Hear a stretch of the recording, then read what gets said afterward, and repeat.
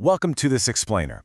Look, if you are watching this, you or someone you love might be navigating literally one of the most difficult chapters a family can ever face. Finding out you have cancer, it's an overwhelming shock. But for parents, that shock is almost immediately followed by a really agonizing question. How on earth do I tell my kids? So think of this as a supportive guide designed to help you navigate that exact conversation. Okay, let's dive into this because you absolutely do not have to figure this out on your own. Will telling them hurt them? Man, that is usually the very first question that pops into a parent's mind, right? It is your absolute most primal instinct to want to protect your children from pain, from fear, and just from the harsh realities of the world. Because of that instinct, so many parents consider keeping their diagnosis a total secret, or at least heavily shielding their kids from the truth, thinking that silence will act like a protective blanket. And listen, it is a completely valid, deeply understandable fear. But here is the reality we really need to embrace. Children are incredibly intuitive. They are like little emotional sponges. They absolutely notice the whispered conversations, the sudden changes in your family routine, the stressed expressions, the red, puffy eyes, the whole shebang. When they sense danger, but are met with silence, their imaginations just fill in the blanks. And I promise you, a child's imagination will often conjure up scenarios that are way scarier than the actual truth. By giving them honest, clear information, you're actually creating emotional safety. You're showing them that, hey, even when things are really hard, they can trust you. So, moving right into our first practical phase here, preparing for the talk and setting the stage. Now, what's really interesting about this slide is that you might feel entirely alone right now, but consider this. 1 in 5 people who receive a new cancer diagnosis are parents of children under 18. Think about that for a second. You are stepping into a massive community of parents who have walked this exact same path, navigated these exact same fears, and successfully guided their kids through it. You are definitely not alone in this challenge. Before you even sit down with your kids, there's a quick pre-conversation checklist you should run through.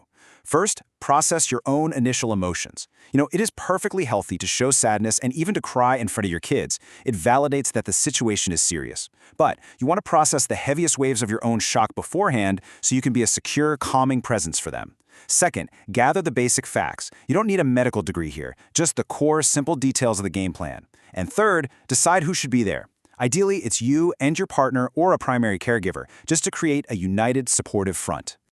Okay, once the stage is set, we need to focus on using the right words, because honesty really is safer.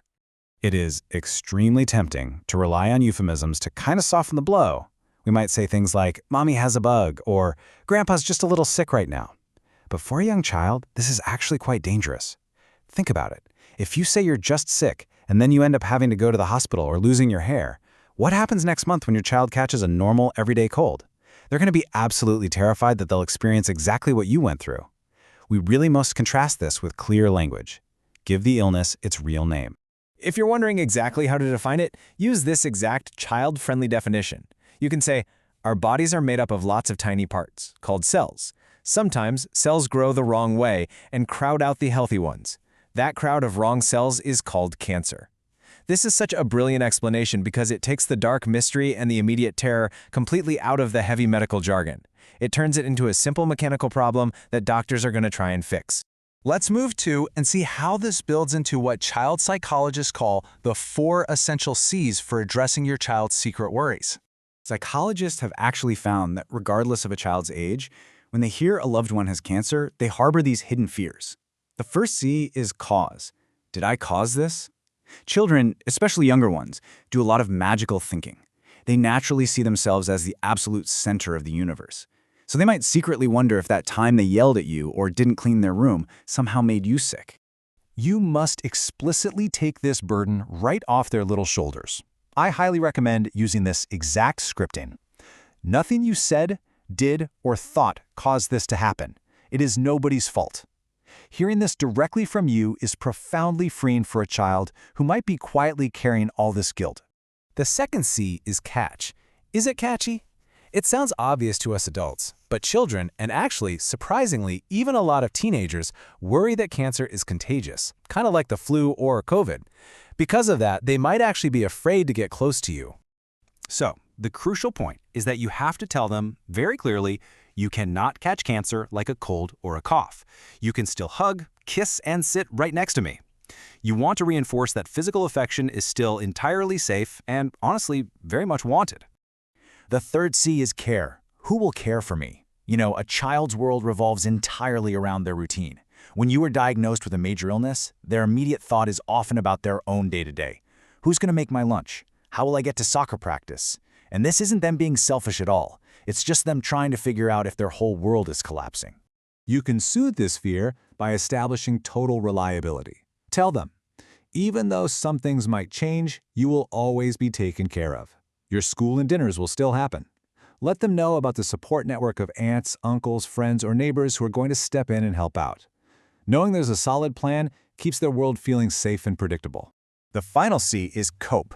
How will I cope with these big, scary feelings? Children often just do not know what to do with the heavy emotions that follow a diagnosis. They might act out, they might regress, or they might completely withdraw into themselves.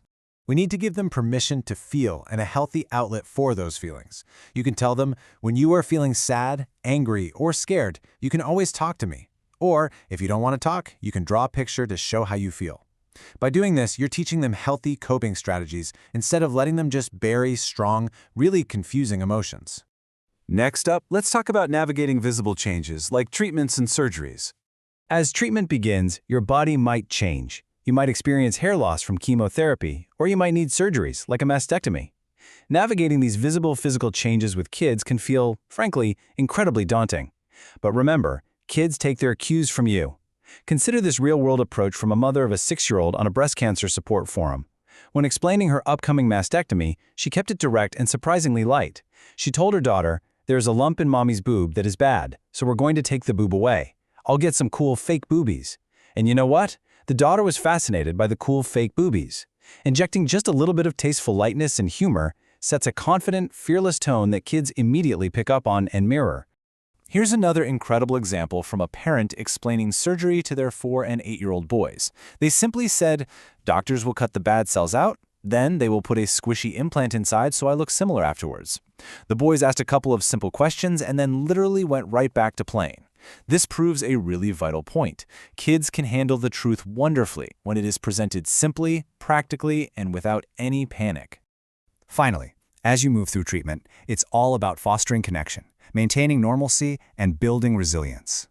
And this brilliantly illustrates how finding ways to stay close, even when your energy is low or you're stuck in the hospital, is just deeply important. Here are a few tangible physical activities that provide immense comfort to children. You can have them decorate a pillowcase with fabric markers so they feel like they are sending their love right to the hospital with you. You could use the 3 stones method, where a smooth stone represents everyday life continuing, a rough stone represents the hard days of treatment, and a gemstone represents your special memories together. Or you could build memory boxes filled with photos and tickets to prompt happy storytelling. These physical objects basically become anchors for children when things feel uncertain. I want to leave you with a final thought to reflect on as you prep for this conversation. By choosing not to hide in silence, and by inviting your kids into this reality with age-appropriate honesty, you are doing way more than just explaining an illness. You are giving them a masterclass in how to face the hardest parts of life. So ask yourself, how will navigating this honest journey together build a lifelong legacy of resilience for your child? You are showing them that it is okay to be scared, that we talk about the hard things, and that our family faces adversity together. That is a beautiful gift of strength they will carry with them forever. Thank you so much for joining me for this explainer, and I truly wish you and your family all the courage in the world.